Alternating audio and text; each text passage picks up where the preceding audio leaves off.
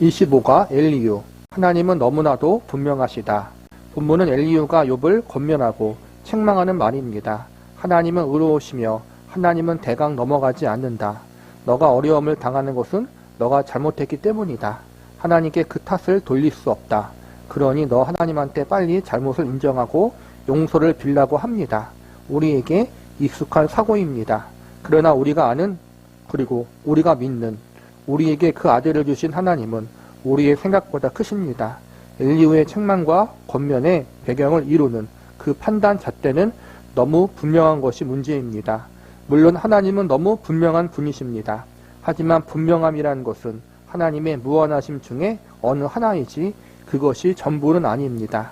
하나님은 우리가 이해하고 아는 것보다 더 크신데 자꾸 분명하다고 하면 우리가 조금 아는 것으로 하나님을 제한하는 실수를 하고 있는 것입니다. 우리는 지난 시간에 이런 내용을 살펴보았습니다. 엘리후의 첫 번째 책망 중 하나는 진심, 의로운 분노였습니다. 기독교는 내가 얼마나 순결하고 사심없는 열정을 가졌는가에 관한 종교가 아니라 사랑의 종교였습니다. 사랑의 종교란 상대방을 끌어안는 것입니다. 상대방을 기다리는 것입니다. 그런데 이 진심은 상대방을 위한 것이 아니라 자신을 위한 것입니다. 둘의 차이를 아시겠습니까? 물론 우리는 늘 거짓되고 틀리니까 진심을 가진 것이 큰 것이고 사심을 지니지 않는 것이 크고 거짓말하지 않는 것이 큰 것이라 여깁니다. 하지만 이것은 자기 자신의 매입니다. 이에 반해 기독교는 죄인을 위하여 찾아오신 하나님에 관한 것입니다. 하나님을 사랑하고 내 이웃을 사랑하는 종교입니다. 이것을 넘어서는 것이 대단히 어렵습니다. 진심이라는 말 속에는 상대방을 위해 넘어서는 것이 아니라 상대방을 내 욕심껏 움켜쥐려고 넘어선다는 의미가 내포되어 있습니다.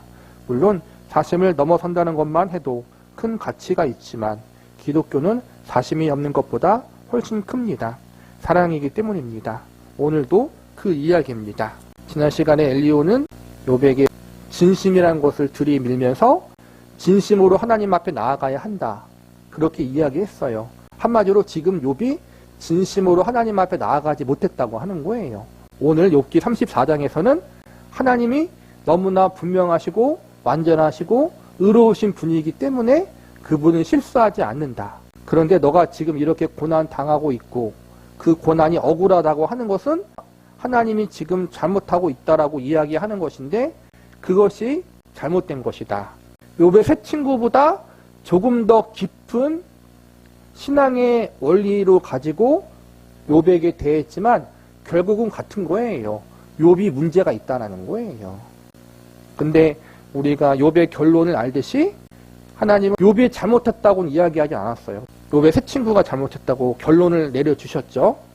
그러니까 엘리후 역시도 사람이기 때문에 자기가 가지고 있는 그러한 기준으로 자기가 알고 있는 진리로 그 체험으로 욥을 판단하고 있었다라는 거예요. 근데 이거는 누구나 그럴 수밖에 없는 상황이에요. 욥이 사실은 예외적인 거죠. 욥처럼 의로운 사람이 어디 있어요. 그러니까 하나님이 사탄에게 욥처럼 의로운 사람이 어디 있냐라고 그렇게 자랑하는 거잖아요. 그렇죠? 사실은 욥의 세 친구나 엘리후가 하는 정죄가 우리한테는 다 맞는 거예요. 욥이 예외적인 것이지 사실은. 사람이기 때문에 우리는 누군가를 판단할 수밖에 없고 내가 가진 기준으로 상대방을 우리가 볼 수밖에 없다. 엘리후의 말, 욥의 세 친구들의 말이 틀린 말은 아니다. 그러나 문제가 뭐냐면 그 옳은 것들을 가지고 내가 알고 있는 하나님에 대한 진리를 가지고 다른 사람들을 정죄하고 이 고난당하고 있는 사람의 마음이 얼마나 아프겠어요. 그 사람의 그 상처를 그렇게 더 깊이 후벼 파는 일을 하면 안 된다는 거예요. 옳은 것으로 사람을 죽일 수도 있다는 것. 이 부분을 우리가 조심해야 된다. 우리가 알고 있는 하나님에 대한 체험과 진리와 지식을 갖고 누군가를 죽이고 정죄하는 것이 아니라 그것을 가지고 그 사람을 사랑하고 섬기고 세우고 살리기 위해서 노력하는 사람들이 되어야 한다. 우리가 이것을 욥기를 통해 배울 수 있어야 되는 거예요. 우리는 그러지 못할 때가 많다.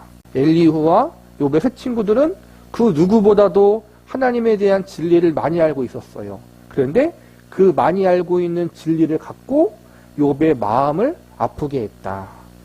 욥을 위로해주고 욥을 세워주기보다는 욥을 판단하고 정죄했다. 그게 가장 큰 잘못이라는 거예요. 우리도 그것을 조심하자. 모든 것을 묶어 선을 이루심.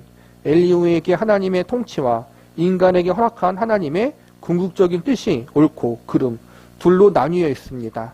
잘한 것과 잘못한 것, 옳은 것과 그른 것, 실패와 성공, 깨닫는 것과 무지한 것, 회개한 것과 고집을 부리는 것, 이렇게 둘로 나뉘어 있습니다. 에베소서 1장에 한번 가봅시다. 우리는 그리스도 안에서 그의 은혜의 풍성함에 따라 그의 피로 말미암아 속량 곧 죄사함을 받았느니라. 이는 그가 모든 지혜와 총명을 우리에게 넘치게 하사 그 뜻의 비밀을 우리에게 알리신 것이요 그의 기뻐하심을 따라 그리스도 안에서 때가 찬 경륜을 위하여 예정하신 것이니 하늘에 있는 것이나 땅에 있는 것이 다 그리스도 안에서 통일되게 하려 하심이라. 그리스도 안에서 하늘과 땅의 모든 것이 통일된다는 것이 무엇입니까? 7절에서는 죄인이 용서받는 것으로 시작하여 10절에서는 하늘과 땅의 모든 것이 둘로 나뉘지 않고 그리스도 안에서 통일되게 하는 것으로 마치고 있습니다. 이해를 돕기 위해 구약의 중요한 사건들을 들여다봅시다. 창세기 22장입니다. 창세기 22장은 아브라함이 이삭을 잡는 장면입니다. 에바가 이 사건이 왜 여기에 필요한가 생각해 봅시다. 그 일 후에 하나님이 아브라함을 시험하려고 그를 부르되 아브라함아 하시니 그가 이르되 내가 여기 있나이다. 여호와께서 이르시되 내 아들 내 사랑하는 독자 이삭을 데리고 모리아 땅으로 가서 내게 일러준 한 산 거기서 그를 번제로 드리라. 아브라함이 아침에 일찍 일어나 나귀 위에 안장을 지우고 두 종과 그의 아들 이삭을 데리고 번제에 쓸 나무를 쪼개어 가지고 떠나 하나님이 자기에게 일러주신 곳으로 가더니 제3일에 아브라함이 눈을 들어 그곳을 멀리 바라본지라. 이에 아브라함이 종들에게 이르되 너희는 나귀와 함께 여기서 기다리라. 내가 아이와 함께 저기 가서 예비하고 우리가 너희에게로 돌아오라 하고 아브라함이 이에 번제 나무를 가져다가 그의 아들 이삭에게 지우고 자기는 불과 칼을 손에 들고 두 사람이 동행하더니 이삭이 그 아버지 아브라함에게 말하여 이르되 내 아버지 하니 그가 이르되 내 아들아 내가 여기 있노라. 이삭이 이르되 불과 나무는 있거니와 번제할 어린 양은 어디 있나이까. 아브라함이 이르되 내 아들아 번제할 어린 양은 하나님이 자기를 위해 친히 준비하시리라 하고 두 사람이 함께 나아가서 하나님이 그에게 일러주신 곳에 이른치라. 이에 아브라함이 그곳에 제단을 쌓고 나무를 버려놓고 그의 아들 이삭을 결박하여 제단 나무 위에 놓고 손을 내밀어 칼을 잡아 그 아들을 잡으려 하니 여호와의 사자가 하늘에서부터 그를 불러 이르되 아브라함아 아브라함아 하시는지라. 아브라함은 이르되 내가 여기 있나이다 하매 사자가 이르되 그 아이에게 내 손을 대지 말라. 그에게 아무 일도 하지 말라. 내가 내 아들 내 독자까지도 내게 아끼지 아니하였으니 내가 이제야 내가 하나님을 경외하는 줄 아노라. 이 사건은 무엇입니까? 이삭은 100살에 받은 아이입니다. 낳을 수 없는 아이를 주셨습니다. 이렇게 잡을 거면 아예 안 주시는 것이 낫지 않겠습니까? 하나님의 능력으로 낳을 수 없는 아들을 주시고서는 이제 잡으라고 합니다. 동일한 하나님의 말입니다. 이 사건을 아브라함이 얼마나 믿음이 좋았는가로 끌고 가지 마시고 하나님께 시선을 옮겨 보십시오. 내가 내게 내년에 아들을 주겠다고 하니까 아브라함이 웃었습니다. 너 웃었다. 너 내년에 아들을 낳으면 이름을 이삭이라고 지어라고 합니다. 이삭의 뜻이 무엇입니까? 웃음입니다. 내가 웃었다라고 그렇게 준 아들인데 그를 잡으라고 합니다. 동일한 하나님 말입니다. 우리에게는 잘한 것과 잘못한 것은 결코 묶일 수 없는 대척점에 있는데 사망과 생명은 분명히 이분법으로 나뉘는데 하나님께서는 그렇지 않다고 합니다. 우리는 이 부분을 사실 예수 안에서 보는 것입니다. 용서가 있고 회복이 있습니다. 부활이 있다는 것입니다. 그러나 여러분 지금 엘리후가 하는 것처럼 끊임없이 나눕니다. 욥은 이것을 어떻게 알았을까요? 그도 몰랐을 것입니다. 이해할 수 없었을 것입니다. 그는 자기가 당하는 현실을 엘리후가 지적하는 방식으로는 이해할 수가 없었습니다. 그러니 그냥 죽겠다는 것입니다. 엘리후는 와서 자꾸 빨리 회개하라고 합니다. 도대체 무엇을 회개하라는 말입니까? 이삭을 준 다음에 잡으라고 하면 이야기가 되는데 이삭이 없을 때 와서 잡으라고 하면 이해가 되겠습니까? 아브라함에게는 죽어서 잡으라고 했기 때문에 이 문제 해결의 열쇠가 되는 것입니다. 없는 아들을 잡으라는 말이 무슨 뜻입니까? 줄 수도 있고 잡을 수도 있고 그 둘을 묶어서 하나님의 궁극적인 뜻을 이루시는 하나님인 줄 알게 하는 것입니다. 우리는 이삭이 없을 때 아들을 잡으라고 하면 웃을 것입니다. 그런데 준 다음에 잡으라고 하면 이번에는 틀림없이 너무한다고 그럴 것입니다. 없을 때 잡으라고 하니까 웃었습니다. 주고 나서 잡으라니까 왜 졌냐고 그랬다는 말입니다. 지금 그 싸움을 하는 것입니다. 마태복음 16장을 봅시다. 이 문제는 성경의 굉장히 중요한 가르침인데 자주 놓치는 것이 아닌가 싶습니다. 13절부터 보겠습니다. 예수께서 빌립보 가이사라 지방에 이르러 제자들에게 물어 이르되 사람들이 인자를 누구랴 하느냐 이르되 더러는 세례 요한 더러는 엘리야 어떤 이는 에레미야나 선지자 중 하나라 하나이다. 이르되 너희는 나를 누구랴 하느냐. 시몬 베드로가 대답하여 이르되 주는 그리스도시요 살아계신 하나님의 아들이시나이다. 예수께서 대답하여 이르시되 바요나 시몬아 내가 복이 있도다. 이를 내게 알게 한 이는 혈육이 아니요 하늘에 계신 내 아버지시니라. 또 내가 내게 이르노니 너는 베드로라. 내가 이 반석 위에 내 교회를 세우리니 음부의 권세가 이기지 못하리라. 내가 천국의 열쇠를 내게 주리니 내가 땅에서 무엇이든지 매면 하늘에서도 매일 것이요 내가 땅에서 무엇이든지 풀면 하늘에서도 풀리리라. 참 굉장합니다. 그런데 그 다음에 뭐라고 그럽니까? 죽을 거랍니다. 이해가 되십니까? 주는 그리스도시요 살아계신 하나님 아들이라는 고백, 그 내용 위에 교회를 세웁니다. 음부의 권세가 이기지 못합니다.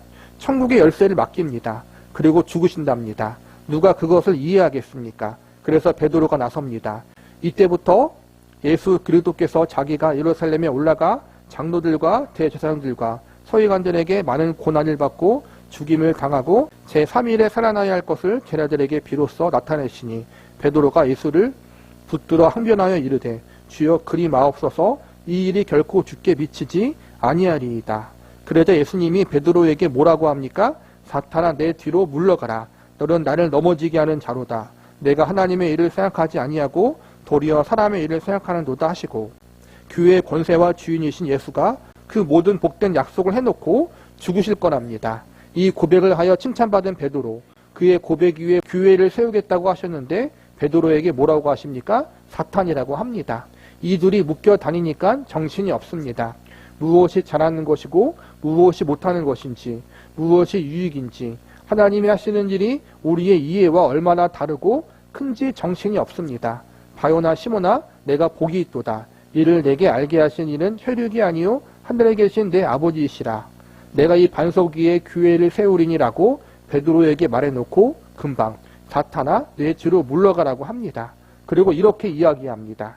이에 예수께서 제자들에게 이르시되 누구든지 나를 따라오려거든 자기를 부인하고 자기 십자가를 지고 나를 따를 것이니라. 누구든지 제 목숨을 구원하고자 하면 잃을 것이요 누구든지 나를 위하여 제 목숨을 잃으면 찾으리라. 엘리후에게 있어서 나뉘었던 성공과 실패, 생명과 사망이 예수 안에서 묶여 있습니다. 어느 것이 맞고 틀리고가 아니라 하나님이 모든 것을 묶어서 우리가 아까 본 에베소서 1장처럼 그리스도 안에서 모든 것을 통일되게 합력하여 선을 이루십니다. 하나님의 뜻을 이루십니다. 그러니 우리는 할 말이 없습니다. 자신을 위해서 이 말을 기억하십시오. 아브라함에게 99세까지 자식을 안 줬다가 100세가 되어서 이삭을 줬잖아요. 그렇죠? 사라에게 내년쯤에 자식, 아들을 얻게 될 거라고 하니까 사라도 웃고 아브라함도 웃었어요. 웃었다는 말은 사실 믿지 못했다는 거죠. 그런데 진짜로 1년 후에 아들을 갖고 이름을 이삭이라고 했어요. 자신들은 못 믿었는데 하나님이 주신다고 약속하셨고 그 약속이 이루어져서 너무나 기뻐서 이삭이라고 이름을 지었는데 10몇 년 후에 그 이삭을 바치래요. 그럴 거면 아예 주지 말던가, 그렇죠? 이해할 수 없다라는 거예요. 그리고 베드로도 마찬가지예요. 예수님이 누구신가를 물었을 때 하나님의 아들이고 그리스도시라고 고백하고 예수님이 칭찬하면서 너가 교회의 반석이 될 것이다. 그러고 나서 내가 십자가에서 죽을 것이다. 그렇게 말하는 거예요. 베드로 입장에서, 제자들 입장에서 황당한 거잖아요. 본인이 하나님의 아들이고 구원자라고 그렇게 이야기한 걸 기뻐하시고 인정하셨는데 갑자기 죽는데 이해가 가지 않으니까 베드로가 그럴 수 없습니다. 당연한 거잖아요. 인간적으로 당연한 반응. 자기 스승이, 자기가 사랑하는 분, 하나님의 아들이 십자가에서 고난당해 죽은다고 하니까 누가 그것을 받아들이고 싶겠어요? 그런데 그걸 받아들이지 못하는 베드로에게 사탄아 물러가라. 그러니까 이게 이해가 가냐라는 거예요. 이 하나님의 일하심이 이해가 가냐라는 거예요. 욥에게도 지금 그렇게 하나님이 일하고 있다. 그런데 지금 엘리후도 마찬가지고 새 친구들은 뭐냐면 이렇게 솔직히 이야기하면 앞뒤가 다른 것 같은 인간의 머리와 인간의 생각으로 다 설명할 수 없는 그 하나님의 섭리와 일하심이 분명히 있는데 엘리후와 새 친구들은 한두 개의 법칙을 갖고 모든 걸 다 포함하여 설명하려고 한다는 거예요. 내가 경험해 보고 체험해 보고 내가 알고 있는 하나님에 대한 부분, 이러한 신앙생활에 대한 부분은 이것인데 다른 사람들은 그거대로 따라오지 못하고 다르게 하고 있으니 그게 문제다. 넌 그래서 복받지 못하는 거야. 넌 그래서 지금 가정이 그 꼴이 난 거야. 우리가 그렇게 정죄할 때가 많았잖아요. 몰랐을 때에는. 그렇죠? 왜 예수 믿는 가정이 저렇게 어려운가? 왜 예수 믿는 가정의 자식들이 저렇게 안 되는가? 왜 병에 걸리는가? 사업에 실패하는가? 그런 것을 우리가 정죄를 많이 했어요. 사실은. 그렇죠? 그런데 내가 당해보니까 어때요? 또 그게 아니죠. 그렇죠? 이게 모든 걸 다 경험할 수는 없지만 하나님이 각자에게 주신 경험들이 달라요. 그런데 나중에 그걸 뒤돌아 봤을 때 과거에 이해하지 못했던 상대방이 당했던 고난에 대해서 이해하지 못했는데 시간이 한참 지나고 그것을 이해하는 순간이 있어요. 이처럼 우리도 조심해야 된다는 거예요. 하나님은 그렇게 하나의 원리로 인간이 알고 있는 것으로만 일하시는 분이 아니라 그것을 뛰어넘는 분이시다. 때로는 이삭을 주시고 다시 이삭을 바치라고 하는 것처럼 이해가 되지 않은 것을 하나님께서 요구하실 때도 있고 베드로에게 했던 것처럼 칭찬하시다가 책망하실 때도 있고 그렇게 하나님께서 우리로서는 다 납득하지 못하도록 이해하지 못하도록 일하시는 경우들이 있는데 그래서 답답하고 억울하고 힘들고 욥처럼 아이고 죽겠습니다라고 하는데 나중에 뒤돌아보면 그것조차 하나님께서 예수님 안에 묶어서 합력해서 선이 되도록 일하신다라는 거예요. 우리가 그것을 우리가 믿자라는 거예요. 그런데 엘리후와 그 세 친구들은 그것을 아직까지 모르고 있었다라는 거예요. 욥도 아직까지 모르고 있었어요. 그렇죠? 그런데 마지막에 하나님이 나타나서 욥에게도 그걸 알려주시고 그걸 모르고 욥을 정죄했던 친구들에게도 알려주셨어요. 그래서 결론은 욥도 유익하게 되고 욥의 친구들도 유익하게 됐어요. 하나님이 그렇게 일하신다. 자책 말고 예수를 보라. 우리의 신앙에서 우리를 제일 괴롭히는 것은 자책입니다. 그렇지 않습니까? 기독교를 위대하게 만드는 것은 다른 사람의 비난이 아니라 자책감입니다. 이러고도 예수를 믿는다는 것이 말이 되나? 이래도 하나님이 여전히 내 편일까? 이 못난 사람의 기도를 정말 들어주실까? 사실은 이것이 제일 불안한 것입니다. 지금 이 이야기를 하는 것입니다. 베드로가 사탄이 되는 것입니다. 그러면 그 이름을 위해, 그 고백 위에 교회를 세운다는 약속은 유효합니까? 그렇습니다. 우리가 믿는 기독교란 정말 위대하다는 생각이 들지 않습니까? 빌립보서 2장 5절 이하에 가면 성경학자들이 예수 그리스도의 창가라고 이름을 붙인 예수님에 관한 선언이 있습니다. 너희 안에 이 마음을 품으라. 곧 그리스도 예수의 마음이니 그는 근본 하나님의 본체시나 하나님과 동등됨을 취할 것으로 여기지 아니하시고 오히려 자기를 비어 종의 형체를 가지사 사람들과 같이 되셨고 사람의 모양으로 나타나사 자기를 낮추시고 죽기까지 복종하셨으니 곧 십자가의 죽으심이라. 이러므로 하나님이 그를 지극히 높여 모든 이름 위에 뛰어난 이름을 주사 하늘에 있는 자들과 땅에 있는 자들과 땅 아래에 있는 자들과 모든 무릎을 예수의 이름에 꿇게 하시고 모든 입으로 예수 그리스도를 주라 시인하여 하나님 아버지께 영광을 돌리게 하셨느니라. 그는 하나님의 본체요 하나님과 동등한데 그것을 내려놓고 종으로 오십니다. 하나님의 영광과 종으로 오셔서 자신을 내어 주어 죽는 것이 묶여 있어서 어떤 의미에서는 둘이 같은 가치, 같은 목적, 같은 내용을 갖습니다. 무시무시하지 않습니까? 그러면 겁낼 것이 없습니다. 생각해 보십시오. 건강해야 하고 돈이 있어야 하는 이유가 무엇입니까? 무서워서 그렇습니다. 무엇이 무섭습니까? 남들한테 밀리는 것이 두려운 것입니다. 부끄러워지고 고통스러워집니다. 그러나 진실로 우리에게 중요한 고통은 본래 스스로 가지고 있던 것이 아닙니까? 인생, 인간됨이란 것 자체에 대하여 깊은 허탈감이 드는 것이 가장 무섭습니다. 기독교 신앙의 위대함은 하나님이 우리를 사랑한다는 것입니다. 우리의 죽음의 자리까지 쫓아 들어오시고 우리를 위해 당신이 죽을 수 있다는 것입니다. 그 이상 무엇을 바라겠습니까? 우리 손녀딸이 나한테 할아버지 하면 나는 다 끝납니다. 하나님에게 여러분이 내 손녀딸만도 못하다는 말입니까? 그러면 말이 안 됩니다. 이것을 놓치고 있습니다. 이것을 놓치고 있어 끝없이 기도가 하나님 다시 제발 하나님 앞에 빌지 않게 해주십시오가 됩니다. 세상에서 답을 찾을 수 없어서 하나님 앞에 오게 된 것이 복인 줄 모릅니다. 그러니 끊임없이 잘잘못, 성공과 실패가 나뉘는 것 때문에 하나님 앞에 분노를 터뜨립니다. 왜 이렇게 살게 합니까? 인생 이게 뭡니까? 이삭을 낳게 하신 하나님, 이삭을 잡으라고 하신 하나님, 그걸 통해 아브라함을 믿음의 조상으로 세워 우리에게 걱정 말라 그러시는 하나님하고 말입니다. 이런 우리에게 내가 언제든지 너한테 필요한 것을 다 줄 수 있고 걷어갈 수 있는데 주는 것이 복이고 능력인 것만큼 걷어가는 것이 능력이고 복이다 그러시는 것입니다. 어떻게 그게 말이 됩니까? 예수를 보라입니다. 그가 하나님인데 인간으로 오셔서 고난당하시고 죽으신다는 것이 말이 되느냐는 것입니다. 그래서 어떻게 되었습니까?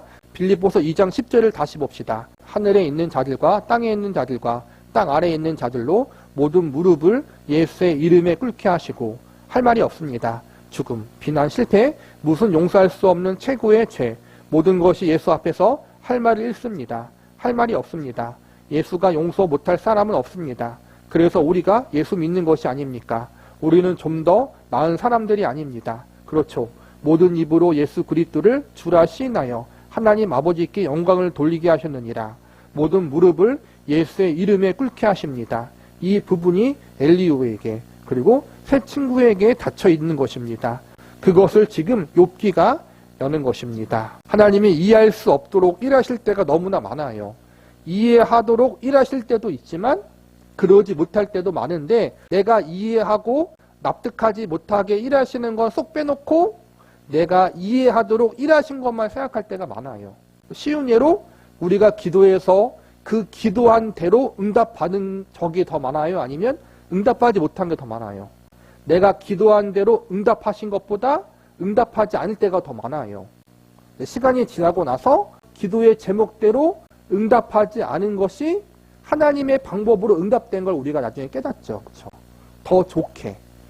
그런데 우리는 어떠냐면은 내가 기도한 대로 응답받은 것만 생각하고 그렇지 않은 것은 생각하지 못할 때가 많아요. 내가 기도한 대로 응답받은 것만 간증하고 이야기해. 그리고 다른 사람들에게 그것이 옳다고 그렇게 하는 것이 맞다고 강요할 때가 많잖아요. 그렇죠? 근데 그게 아니라는 거예요. 우리의 생각과 우리가 알고 있는 그 원리대로 일하지 않더라도 하나님은 하나님 백성들에게 모든 것을 합력하여 선이 되도록 일하신다. 이삭을 주시고 이삭을 다시 가져가신다고 하시고 칭찬하시다가 책망하시고 하늘의 영광을 경험케 하시다가 정말 지하 깊은 곳까지 내려가는 절망을 겪게 하시고 근데 그 모든 걸 다 합력해서 하나님이 선이 되게 하사 우리가 겸손히 하나님만 바라보도록 하신다. 이게 하나님의 일하십니다. 그래서 우리가 할 말이 없다라는 거예요. 이 할 말이 없다는 건 함부로 내가 누군가를 판단하거나 정죄할 수 없다라는 거예요. 이러한 부분들에 대해서 좀 겸손하면서 동시에 넉넉한 마음을 품자라는 거예요. 예수님의 마음이 뭐예요? 넉넉한 마음이잖아요. 그렇죠? 이단까지 뭐 품자라는 게 아니라 우리가 예수님 안에서 하나 된 우리의 형제들, 자매들, 또 교회 그 부분에 우리가 볼 때 못마땅한 부분이 있고 이해가 되지 않은 부분도 있지만 그런 부분들을 예수님의 마음으로 일단 품고 나아가는 부분도 우리에게 필요하다는 거예요. 하나님 아버지의 사랑, 로마서 4장으로 가보겠습니다. 아브라함 이야기로 돌아갑니다. 로마서 4장 13절입니다. 아브라함이나 그 후손에게 세상의 상속자가 되리라고 하신 언약은 율법으로 말미암은 것이 아니요 오직 믿음의 의로 말미암은 것이니라. 만일 율법에 속한 자들이 상속자이면 믿음은 헛것이 되고 약속은 파기되었느니라. 율법은 진노를 이루게 하나니 율법이 없는 곳에는 범법도 없느니라. 무슨 말입니까? 율법이 아니라는 것이 무슨 뜻입니까? 율법은 잘잘못을 나누는 경계선입니다. 그러나 믿음은 그런 경계선이 아닙니다. 믿음과 사랑은 그런 경계선이 없습니다. 다 끌어안는 것입니다. 제가 왜 손녀딸을 사랑할 것 같습니까? 그것은 나도 모릅니다. 저도 모르는데 여러분이 어떻게 알겠습니까? 그런데 이유를 모른다고 사랑하지 않을 수 있습니까? 이것은 말이 안 되는 이야기입니다. 벌써 손녀딸이 내 품에 안겨 있는데 거기에 무슨 말을 하겠습니까? 사랑이 뭔지 아십니까? 믿음이 뭔지 아십니까? 이 경계를 넘어서는 것입니다. 믿음으로 불렀다는 이야기는 그런 경계 없이 조건 없이 하나님이 부르신다는 말입니다. 그래서 아브라함을 세웁니다. 아브라함이 훌륭해서가 아니라 아브라함을 세우자 아무도 할 말이 없게 됩니다. 그러므로 상속자가 되는 그것이 은혜에 속하기 위하여 믿음으로 되나니 이는 그 약속을 그 모든 후손에게 굳게 하려 하심이라. 율법에 속한 자에게뿐 아니라 아브라함의 믿음에 속한 자에게도 그러하니 아브라함은 우리 모든 사람의 조상이라. 기록된 바 내가 너를 많은 민족의 조상으로 세웠다 하심과 같으니 그가 믿은 바 하나님은 죽은 자를 살리시며 없는 것을 있는 것으로 부르시는 이시니라. 아브라함이 믿는 하나님은 어떤 하나님이라고 했습니까? 정의의 하나님이 아니고 무에서 유를 창조하신 분입니다. 죽은 자를 부활시키는 하나님입니다. 없는 것에서 있는 것을 만들어낼 수 있고 거꾸로 가는 걸 뒤집을 수 있는 분입니다. 우리 중에 그 영역 밖에 있는 사람은 없습니다. 그분의 영역에 안 걸릴 사람이 없습니다. 난 잘했어 하는 사람과 난 몰라, 잘한 것이 뭐야 라고 말하는 사람, 그래 나는 배짱이다, 마음대로 해라 라고 말하는 사람까지 다 포함됩니다. 무에서 유를 만들고 죽은 자를 살리실 수 있는 하나님이 아브라함을 믿음의 조상으로 세우셔서 아브라함이 누구냐가 아니라 하나님이 누구냐를 역사 속에서 그리고 후에 오실 예수 그리스도 속에서 하실 일들의 증거로 삼으셨답니다. 좋습니까? 이것이 아니면 예수 믿는 것이 헛것입니다. 우리가 우리에게 만족스러운 것을 찾기 위하여 하나님을 부르는 것이 아닙니다. 살려달라고 부르는 것입니다. 우리를 위해 그 아들을 보내는 하나님입니다. 옛날에 아브라함을 불러 믿음의 조상으로 세운 하나님이시기 때문에 아무 때나 언제나 어디서나 무슨 일로나 부를 수 있다는 것입니다. 하나님은 우리에게 당신을 뭐라고 부르라고 합니까? 누구라고 부르라고 합니까? 아버지, 아버지라고 부르라고 합니다. 하나님 아버지, 그러면 끝입니다. 뒤에 더 군말 할 것이 없습니다. 욥기가 무슨 말을 하려고 여기 있는지 이해 가십니까? 여러분이 믿는 신앙 고백, 예수를 믿습니다. 하나님은 우리의 아버지이십니다 라는 말이 무슨 뜻인지 아시겠습니까? 얼굴을 펴고 돌아가십시오. 우리는 어떤 하나의 원리로 하나의 법칙으로 묶여있는 사람이 아니라 예수님으로 말미암아 하나님을 아버지라 부를 수 있는 그러한 부자 관계로 묶여있는 사람들이라는 것에 자신감을 갖고 그것에 우리가 당당함을 가지라는 거예요. 욥의 세 친구들이 했던 인과율의 원리, 또 엘리후가 말했던 또 그가 갖고 있는 깊은 진리에 대한 부분으로 그것이 틀렸다는 것이 아니라 그것으로 하나님과 우리 사이를 또 예수님과 우리 사이에 있는 관계를 다 설명할 수 없다는 거예요. 더 깊은 인격적인 관계, 사랑의 관계 속에 들어있는 사람이라는 거예요. 박유선 목사님이 손주 딸을 사랑한다고 하잖아요. 그 점청. 인간의 부모가 또 인간의 할머니, 할아버지가 자기 핏줄을 사랑하는 것보다 하나님과 예수님이 우리를 사랑하는 게 더 깊다. 그것을 우리가 알라는 거예요. 그렇기 때문에 우리가 지금 이해할 수 없는, 납득할 수 없는 여러 가지 고난이 있고 환난이 있고 해결되지 않은 고통의 문제들이 우리의 삶과 주변에 분명히 한두 개씩 있을 거예요. 근데 그것 때문에 실망하거나 낙심하지 말고 모든 것들을 합력하여 선을 이루시는 그 하나님이 내 아버지시다. 예수님이 나의 주님이시다라는 믿음의 담대함을 가지고 우리가 이 땅을 살아갈 수 있어야 된다는 거예요. 그만큼 저와 여러분은 귀하고 복된 존재다. 그러니까 너무 얼굴을 찡그리지 말고 하나님과 예수님으로 말미암아 얼굴을 피고 살라는 거예요.